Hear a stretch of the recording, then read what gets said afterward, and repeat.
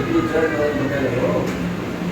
వాడికి నేను 2 సార్లు చేసుకుంటారు.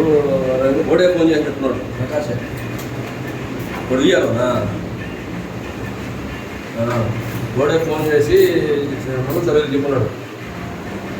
కన్నా వాడి నెంబర్ ఏంటి, నేను మాట కొనుంటే ఎవరున్నా మనోళ్ళు కొనుంటారు, నెంబర్ ఏంటి నేను అడిగాడంట, ఈడీ లేదంట.